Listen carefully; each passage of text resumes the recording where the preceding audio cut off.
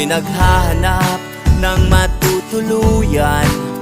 Kumatok ako sa isang pintong makulay. Pwede bang patambay dyan sa inyong bahay? Pwede ba akong makisilong sa mansyon o kahit walang bubong? Pahiram ng t-shirt na aking gagamitin, yung kasya sa akin kahit walang printing. Lagal